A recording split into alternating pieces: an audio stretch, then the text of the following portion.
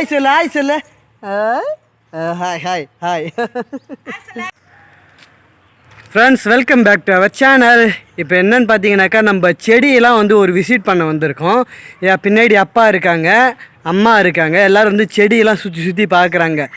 நம்ம செடியெல்லாம் பார்த்து ரொம்ப நாள் ஆகுது இல்லையா? ஸோ அதனால் செடியில் என்னென்னலாம் வந்து பூ விட்ருக்கா, இல்லை செடியோட ஸ்டேட்டஸ் எப்படி இருக்குது அப்படின்னு பார்க்கறதுக்காக உள்ளார வந்திருக்கோம். ரொம்ப வெயில் அதிகமாக இருக்குல்ல, ஸோ அதனால் வந்து செடி எப்படி தான் இருக்குது அப்படின்ட்டு அம்மா அப்பாவும் பார்க்க வந்திருக்காங்க. இங்கே 2-3 விட்டுது, அப்புறம் என்ன தான் ஆச்சியா?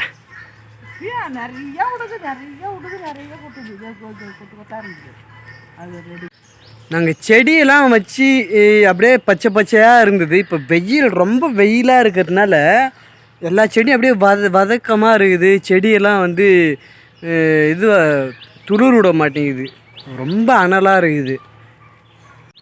இந்த எலுமிச்சி செடிச்சு பூ விட்டுது, அப்புறம் பூ விட்டு அப்படியே தான் இருக்குது. சப்போட்டா கண்ணா நல்லா பெருசு பெருசாக ஆயிடுத்துல, பரவாயில்ல.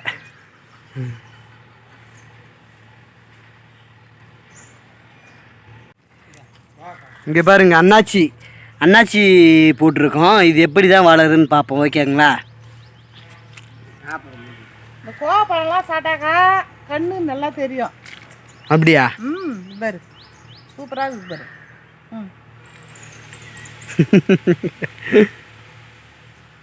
கோவப்பழம் சின்ன வயசுலேருந்து ரொம்ப பிடிக்கும். கோவப்பழம் பிடிக்கும். அப்புறம் கோவக்காய் பொரியல் மட்டும் சாப்பிட மாட்டேறா? கோவக்காய் பொரியல், இது பழம்லாம் நான் சின்ன வயசு சாப்பிட்டுக்கிறேன். கோவப்பழம் மச்ச நழுவுறம்பளுக்கு. கோவப்பழம் சாப்பிட்றீங்களா? ஆயா கோவப்பழம் சாப்பிட்டேன். வச்சனே ஆயா கோவப்பழம் சாப்பிட்றாங்க பேர். வச்சனு கூடாமா? வச்சன் சாப்பிட மாட்டாங்க. வச்சன் இங்கே வா, இங்கே வா. ஆயா கிட்ட வா.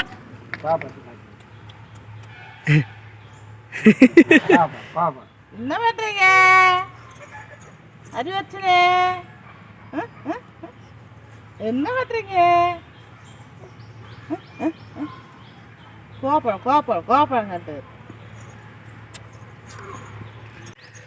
இங்கே பாருங்க, எங்க கூட எங்க சின்னவர் வந்து விசிட் பண்றாரு. ஹாய் சொல்லு ஹாய் ஹாய் ஹாய் ஹாய் சொல்றாரு. ஹாய் ஹாய் ஹாய் சொல்லு வச்சன், ஹாய் சொல்லு. இங்கே பாரு ஹாய் சொல்லலாம். அவர் பாட்டு துரு நடப்பாரு, பொத்துன்னு விழுவாரு, ஓடி வருவாரு. பாரு கேட்டில் போய் பிராக்குன்னு உண்டு.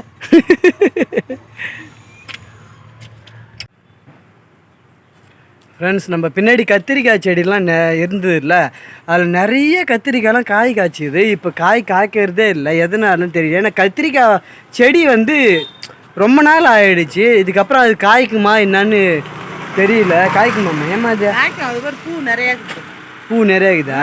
ஒரு மிளகா செல்லு எவ்வளோ பூக்குது. ஒன்று தாழ புத்துக்குத்தா காய்க்காது, நல்லா செடிலாம் காய்க்கும். அப்புறம் கத்திரிக்காய் செடியில் வந்து சரி ஃப்ரெண்ட்ஸ், இது எவ்வளோ பெரிய கத்திரிக்காய் பாருங்கள். இது எதுக்காக பார்த்தீங்கன்னாக்கா, விரைக்கு விடுறதுக்காக வச்சுருக்கோம். நம்ம செடியிலே வந்து பெருசாக முத்தை விட்டு அதை வந்து விரைக்கு எடுத்துப்போம். அதனால தான் வந்து பெரிய கத்திரிக்காவாக இருக்குது. இதோ ஒரு கத்திரிக்காய் இருக்குது. அப்புறம் இங்கே பாருங்கள், இதோ ஒரு 2-3 கத்திரிக்காய் இருக்குது. இதெல்லாம் விரைக்காக வச்சுக்கிறோம். என்னம்மா? 4 காய் தான் இருக்குது. என்னம்மா பார்க்குறா?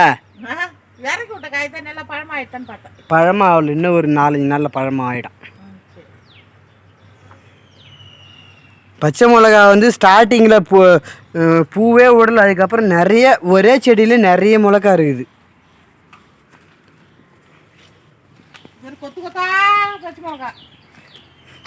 என்னம்மா? கொத்து கொத்தா இருக்குதா? அந்த செடியிலே 1/4 கிலோ மிளகா இருக்கும் மிளகு. இந்த செடி பெரிய செடி, 2 செடியும் தனியாக மிளகா. அன்னைக்கு சால்னா பத்துற அளவுக்கு.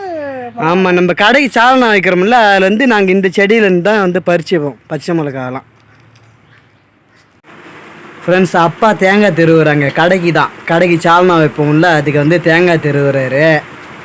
எங்கள் வீட்டில் எல்லாருமே ஆளுக்கு ஒரு ஒரு வேலை செய்வோம். அம்மா என்ன பண்ணுறாங்க?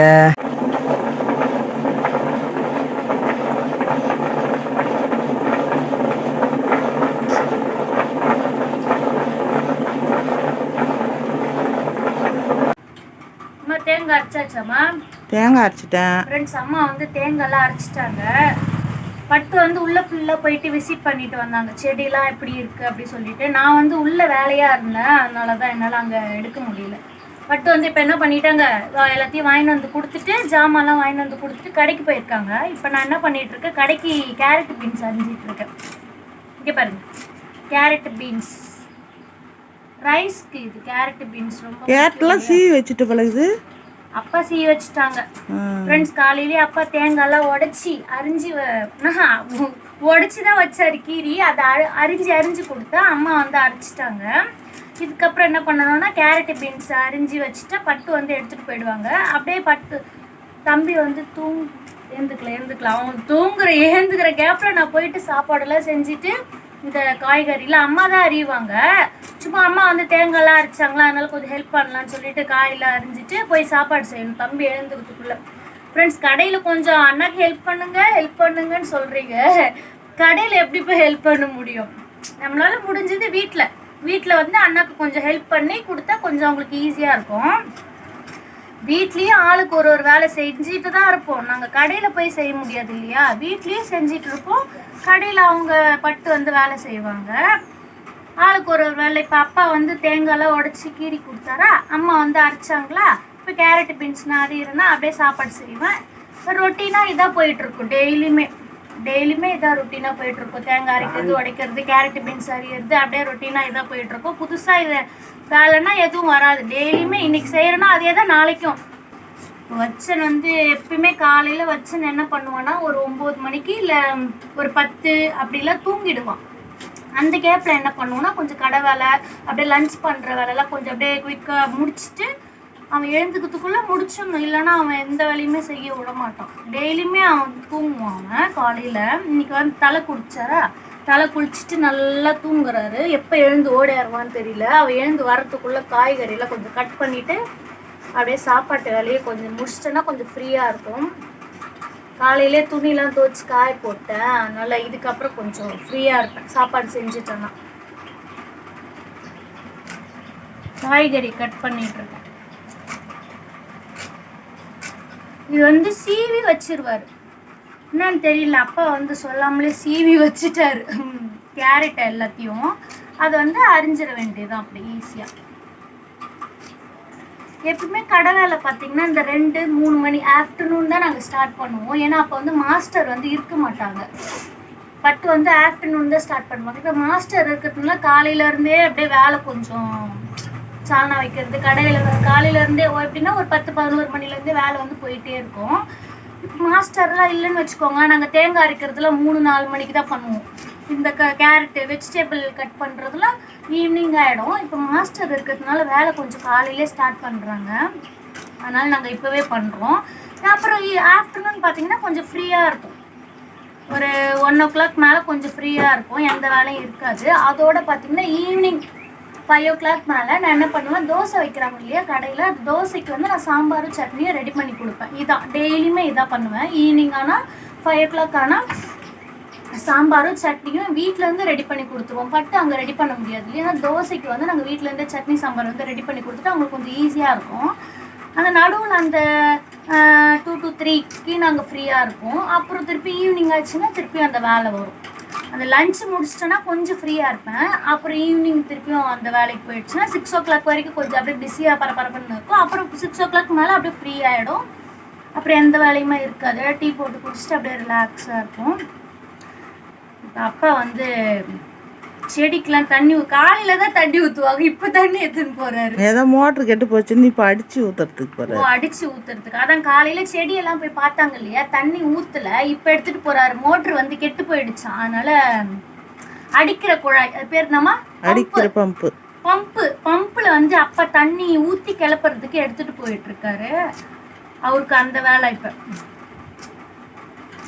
அம்மா இதை அரிஞ்சிக்கிறீங்களா மீதியா? ஃப்ரெண்ட்ஸ், மீதி வந்து அம்மா அரிஞ்சிப்பாங்க. ஏன்னா இப்போ வச்சது வந்து ஏந்து வந்துடுவான். நான் போய் சாப்பாடு செய்யணும். சாப்பாடு செய்ய கொஞ்சம் ஒரு 1/2 hour வேணும் எனக்கு சாப்பாடு செய்ய. அதுக்குள்ளே நான் செஞ்சு முடிச்சிட்டேன்னா வச்சேன்னு ஏந்து வந்ததும் கொஞ்சம் அப்படியே ஃப்ரீயாக இருப்பேன். இல்லைன்னா அவனை வச்சு இன்னும் ஒன்றுமே முடியாது. இப்போ கொஞ்சம் மட்டும் நான் அரிஞ்சிட்டேன். இப்போ வந்து நான் என்ன சாப்பாடு செய்ய போகிறேன்னா காரக்குழம்பு வைக்கிட்டேமா. காரக்குழம்புல புளி ஊற்றாத காரக்குழம்பு தான் அம்மாவுக்கு பிடிக்கும். புளி ஊற்றாம கத்திரிக்காய் போட்டு காரக்குழம்பு தான் வைக்க போகிறேன். அதை மட்டும் இப்போ நான் போயிட்டு அதான் வைக்க போகிறேன். போய் வைக்கிட்டாமா. வைமா.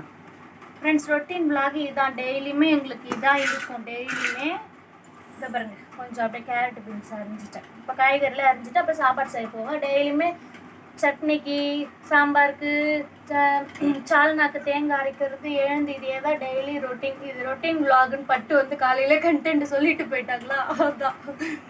ஃப்ரெண்ட்ஸ், இந்த வீடியோ பிடிச்சிருந்த மறக்காம லைக் பண்ணுங்க, கமெண்ட் பண்ணுங்க, ஷேர் பண்ணுங்க. முக்கியமாக நம்ம சேனலை சப்ஸ்கிரைப் பண்ணிக்கோங்க.